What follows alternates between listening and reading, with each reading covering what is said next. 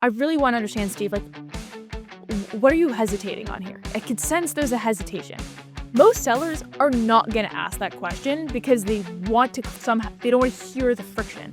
They're not Right. comfortable and trained and encouraged to expose the friction, even though that's what gets deals forward. Okay.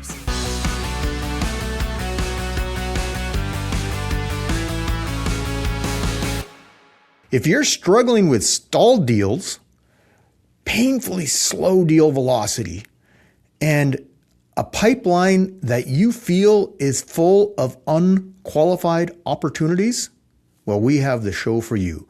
Welcome to Driving Growth, the go-to-market podcast for traditional B2B businesses that are looking to build systems to create predictable revenue growth, in short, turning their company into a revenue factory. I'm your host, Steve Whittington, president of Roadmap and a believer in one simple truth. Sustainable growth is not an accident. It's engineered, and my company Roadmap is a builder of go-to-market systems. On today's show, Yael Morris, CEO of Decode. Decode exists to solve the part companies cannot do internally. They run neutral, third-party conversations with lost buyers and churned customers and capture what actually drove their decisions. Not what was said on the sales call, what was said after the deal was over. They then systemize that truth into a revenue feedback system that shows why deals really died, what buyers were afraid of, where confidence was lost, what broke internal approval, what would have changed the outcome. So teams can stop guessing, stop fixing the wrong problems, and stop leaking revenue they could have kept or recovered.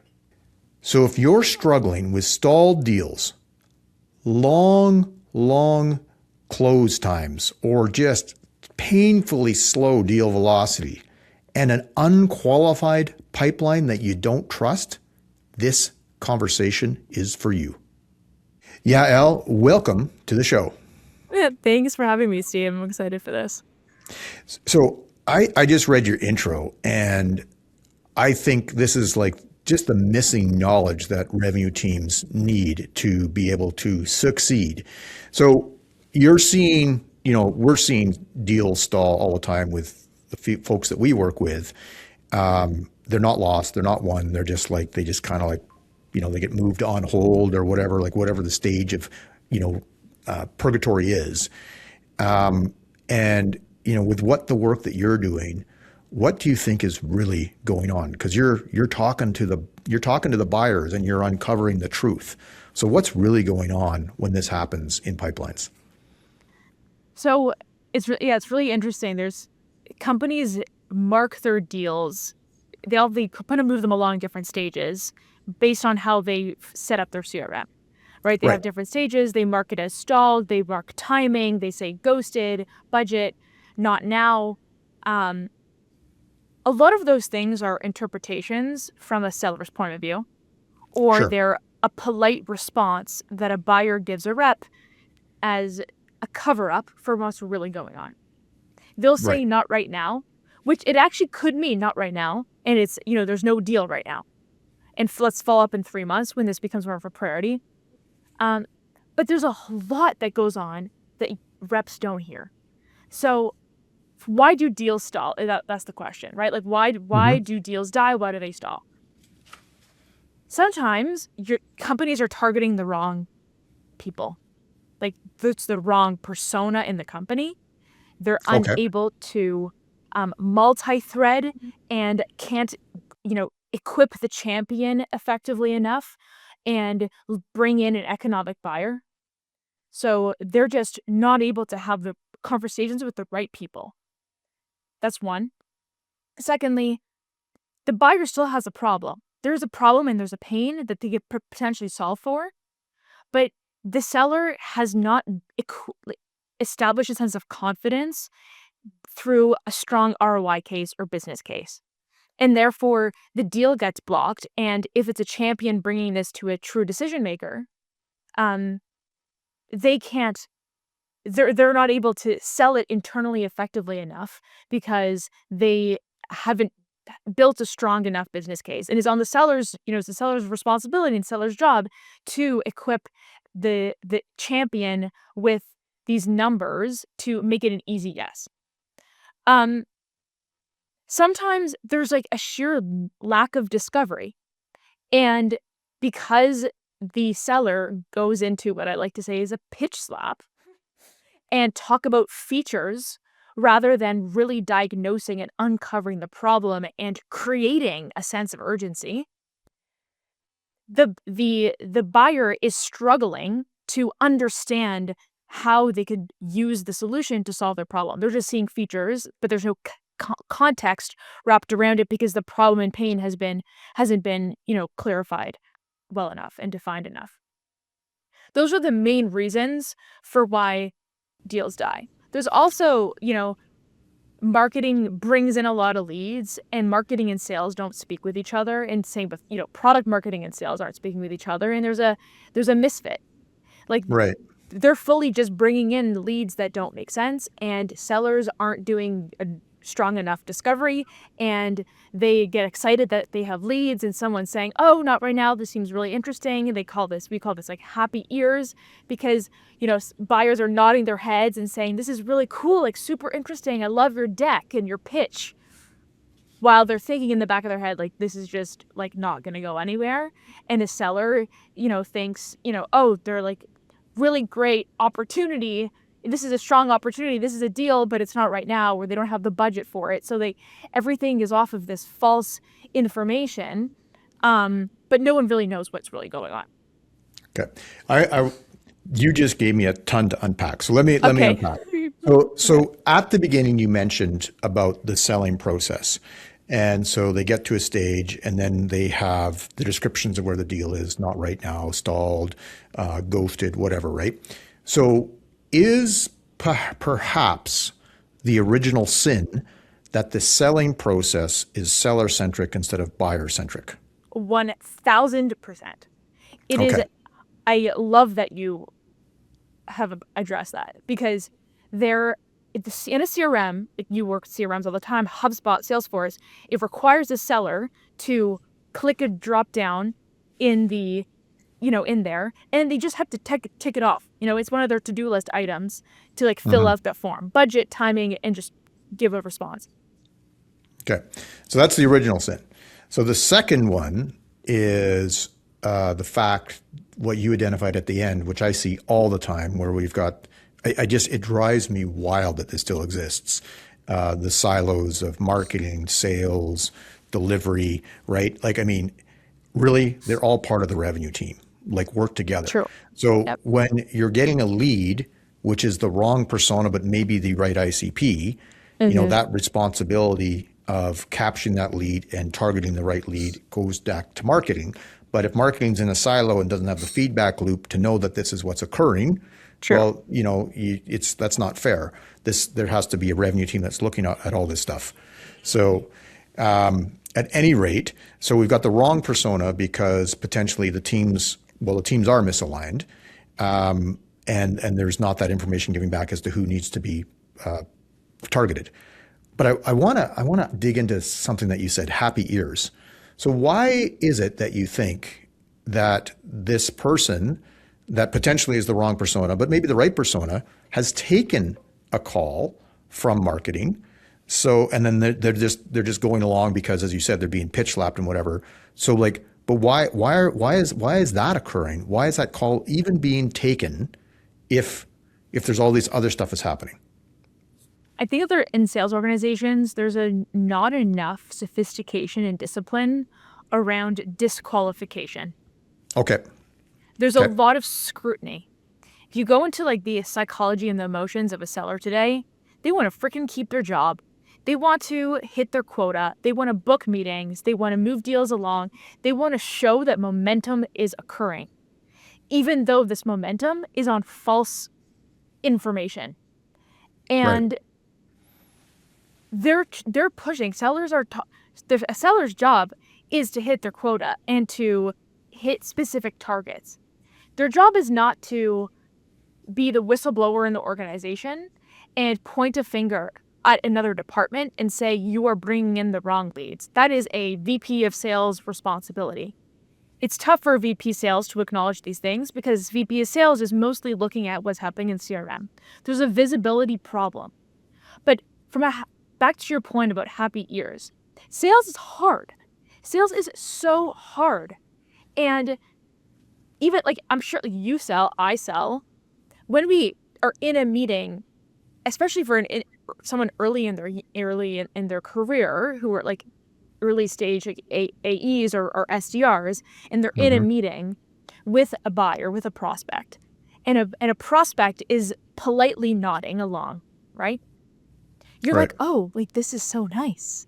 This is so great. Like I'm getting good feedback here. I'm not being rejected, because most of the time in sales we're being rejected. We're hearing no. So they report.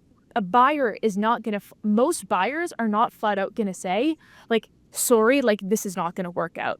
They resort to something that's polite because you sat together for 20 minutes, 30 minutes, or had a second call. And a buyer is just going to say, honestly, Steve, we just don't have the budget right now. That's usually not the case. It's the value story wasn't created. There aren't hard ROI numbers that, you could put in front of a CFO and make it an easy yes. Like there's a lot of missing components, but sellers are usually hearing what they want to hear. And then that goes reported into the CRM. Okay. Let's recap this, because you're spot on, and this is one of the things that we dial in on as well. So we identified that the sales process is seller-centric, that we're not actually trying to address customer concerns. So we're not finding the reason why we're truly rejected. Deeper than that is that there is a real lack of customer understanding and what the customers need to move the selling process forward, or move the buyers forward in their decision. And the focus is on the metrics first as opposed to customer understanding. So when we do work, we say, yeah, we have to set the goals, but you're not going to be able to hit any of these goals unless you have deep, deep customer understanding.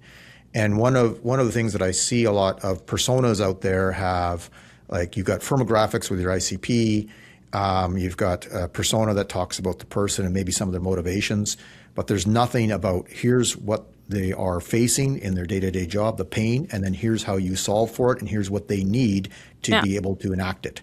And when we do that work, we create matrices on those whole processes so that sellers and marketers are equipped with that thinking, right? And if that's not inherent in an organization, they're going to get what you're talking about. They're going to get this kind of stuff where it's just picking the drop down and not truly understanding what it is. We'll get back to the show in just a minute, but first I wanted to share with you an exciting resource that we have available on our site in the resource sections, the 2025 Benchmark Report. We did research throughout all of 2025 to reveal where B2B companies are strong, where critical gaps exist across their strategy, their metrics, their sales process, technology, customer retention, all the things. And it also helps leaders decide what they can do next to improve their performance. They can use the report to assess where their systems might be falling short, where they're meeting or exceeding benchmarks, and then critically decide where to focus before investing further in their growth. Download the report today.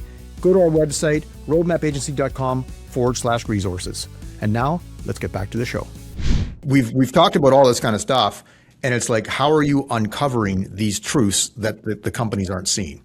Okay, so what we do as a third party, because in a buyer-seller conversation, those uncomfortable questions around, like, I really want to understand, Steve, like, what are you hesitating on here? I could sense there's a hesitation.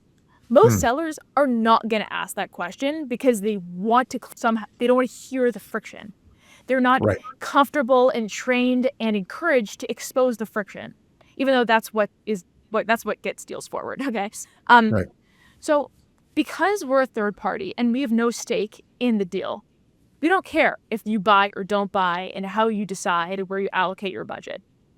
Because we're not going to be offended by what you say. We're going to ask those uncomfortable discovery questions that were never asked. So we're going to start off with getting context, like redoing the discovery process, essentially. And I'm going to ask you about what was it that led you to even consider working with the company and looking for the solution? And tell me about the pains. Like, why are you trying to solve this in the first place? What's the cost of dealing with it today? Like, how were you dealing with it? Did you evaluate any other alternatives? What alternatives do you go through? And when you were looking at this specific company, what interested you? And okay, so that's amazing that it interested you. Why was that interesting? And what did you hesitate upon? What was it that, made you think, you know what? This might not work. What were the risks at stake there? What was blocking it? And then what would have changed the outcome? What did you need to see, hear, understand, go through, speak to, whatever, for this to actually move forward? We're asking all these questions because those were never asked. The most important part of this all, by the way, this is not a medic game, like all those kind of framework thing. It's like these basic questions, and we don't always ask them in this specific sequence. The most important thing is being able to probe and go underneath the surface and not check the boxes. So if someone says something that is not 100% airtight, crystal clear, we will ask, what do you mean by that? Like, help me understand. I'm not understanding it perfectly. So, and then we'll repeat after them and we'll clarify and we'll listen and we'll actively engage with exactly what they're saying and we'll, reconfirm, am I understanding you correctly? Just so we make sure we're speaking the same language as the buyer. The reason for why buyers will open up to us as a third party is because they know that we're detached. We're not selling. Oftentimes, they still have a pain. They still have a problem. And they want to get that problem solved, but they were unable to. And when we ask these questions, it's almost as if we're helping them get to their solution. So when we come to the end of the discovery and we say, if X company could have shown you XYZ that you just described, would it be worth another conversation? Would you be interested in looking at this again? And they'll, 15% of the time say, actually, yeah, like we still haven't addressed this problem. And now that you've, kind of framed it in this way, it would absolutely make sense to have another conversation with them. Right. So you think of the gold in the pipeline there, like, you take, your lost deals could be 10 million bucks, say, and there's 1.5 million just waiting to be picked up. Yeah. Because of lack of customer understanding. So I want to go back to what you said, like the reasons you see things stall. So you talked about a poor discovery process. And so you're going back in and you're rediscovering. And of course, when you're third party, they'll open up and you'll get real information because it's objective, it's arm's length, all that sort of stuff. And yeah, I get that. We do that with our clients, that sort of stuff. But it does point to, again, the reps not being equipped with training how to do an effective discovery. Correct. And then all this information that you're gathering equals deeper customer understanding, which again, that sales team can be trained on this deeper understanding so then they can be equipped to provide that information, answer those questions, to set up a business case for that. So what I'm wondering about is you are working with an organization or an organization goes about and somehow does this work by themselves. So they now know, or they've worked with you. They now know that their discovery process needs to do all this stuff that you just talked about to really uncover the true pain points, to be able to address them, show ROI, that sort of stuff. They now know that they need to change their sales process to be buyer-centric instead of selling-centric, that sort of stuff. However, the change isn't happening. And I know this because, I'll work with client organizations and it does take a while for the change to happen, even though the knowledge is in place. So what are you seeing is stopping that transformation to become a buyer-centric, deep customer understanding, providing ROI in the business case, that sort of thing? If we're talking about a sales organization in particular, it's a leadership cultural mentality shift that is required. So It is possible that you will need to bring in some people to train your team and reteach how to do the discovery process. Sure. It's Okay. it's possible that if it's a discovery process problem, if it is a marketing and sales are not speaking to each other and they're targeting the wrong people and they're bringing in the wrong leads and no one's multi-threading and there's a positioning issue in the company, then you know what to actually fix. So I think it really depends on where are the gaps, but only really until leadership gets the visibility into why at the deal level, what the heck is going on with the lost revenue, it's very unclear about what you actually have to change. So I think the question actually is more around what does the business shift and change now? Like, how does the business operate as a result of having this information? And Sure. before having this information, there's a lot of shooting in the dark. There's a lot of guesswork, a lot of assumptions, and trying to just work on internal hypotheses. What this is doing, it is bringing change makers in an organization the intel that they need to make the right changes and the right tweaks. Then I would say from there, it's on leadership to establish what needs to be executed upon. Okay. There's a couple other layers that I would say here, which is account executives use this as a feedback loop for them in their individual craft. Because what this feedback loop is doing is it's giving you essentially deal by deal feedback from your buyer on what was missing and specific recommendations. I mean, that's what we're doing. We're providing you insight into, what is the truth, what's the storyline from your buyer, and what do they need, what does the AE need to know to change for next time? How do you win back this deal, and how can you re-engage the deal? Or when you go into the next deal, these are some key things you need to be looking for. Yeah, and what we've talked about is there's buckets here that you're seeing over and over again. So the wrong metrics are being measured. There's not modeling for the business case that's being effectively portrayed. You're also seeing, like with the discovery sales process discipline. And then do these teams actually have the technology and the various different sales collateral? Like, are they equipped to be able to do this? So like, let's talk about those three buckets that are kind of like what you're seeing across the board in most cases. Well, firstly, like, to craft an ROI case, what we're realizing with most of the deals, the number one reason for why deals get lost is because there's just like a lack of clear value case. The sellers are making the assumption that the buyers are buying off of XYZ KPIs. They're not actually asking the question, okay, so help me understand how you're making a decision around this. What is your success criteria from a numbers perspective? What KPIs are we trying to hit? That question, we don't listen to our client sales calls, but we know that that's going completely missed because we're asking their buyers these questions and our clients are responding, those are the KPIs that we should be speaking to. And we're like, this is a complete blind spot. That's like the most important question you could possibly ask your buyer that's totally overlooked. So that's like a very simple thing to change with a seller leaning into probing around those, specific ROI like KPIs. So we've really talked about, like, when we look at what you're uncovering, just to recap for the listeners, sales process isn't effectively set up. It's sales-centric as opposed to buyer-centric. There's lack of deep customer understanding. There's lack of sales collateral to actually solve for the customer's problems, pain points, or show a value proposition that they would want to engage with whatever it is that you might be doing. So the ROI case is not being built. It's not easy for them to see that this makes sense. It's there's a struggle to say yes, and what you want to do is remove all the barriers to say yes, and that isn't in place. The sellers aren't equipped with it. They're not asking the right questions.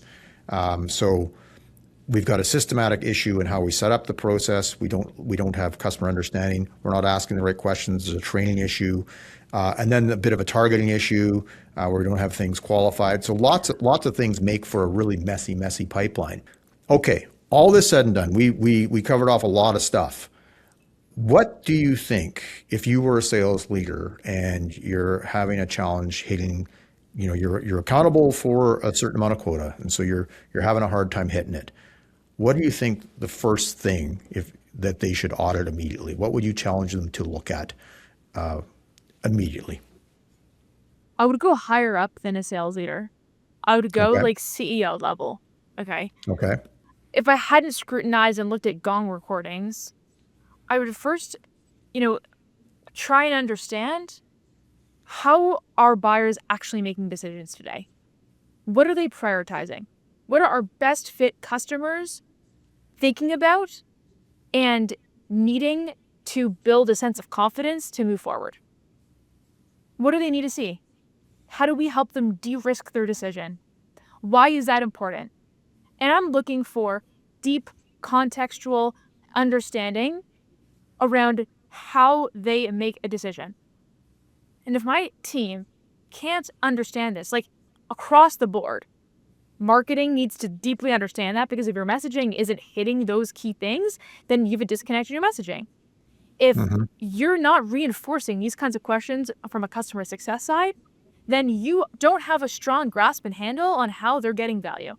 And on a sales side, equally as important, I'm not saying it's more important, equally as important as the rest, if your sales team isn't probing and deeply diagnosing how your buyers understand value and look at value, then you can't sell to them.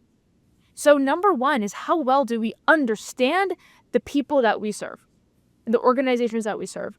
And if there isn't a strong understanding across the board, then there's a big, massive visibility problem from top down and across. And there needs to be a solution ASAP to get a source of truth on how your customer and buyers think and make decisions. Well, it really warms my heart to hear you say that. One of the many professional designations I picked up over the years is a customer experience professional.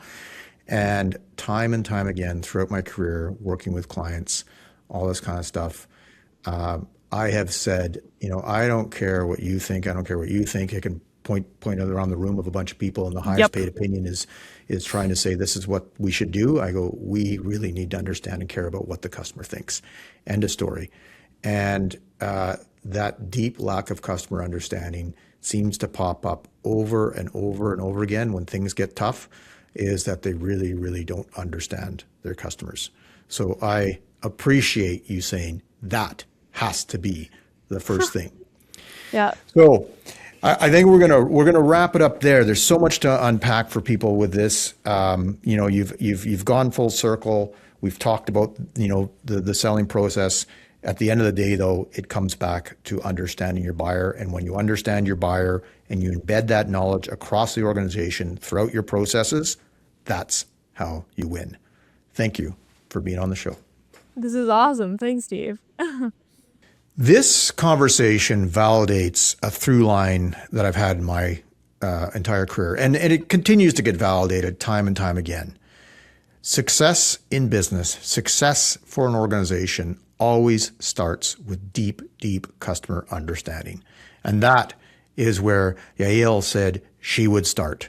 Go to the top, talk to the CEO, and make sure that deep customer understanding gets embedded and infused throughout the organization, so that then your selling process isn't seller-centric, it's buyer-centric.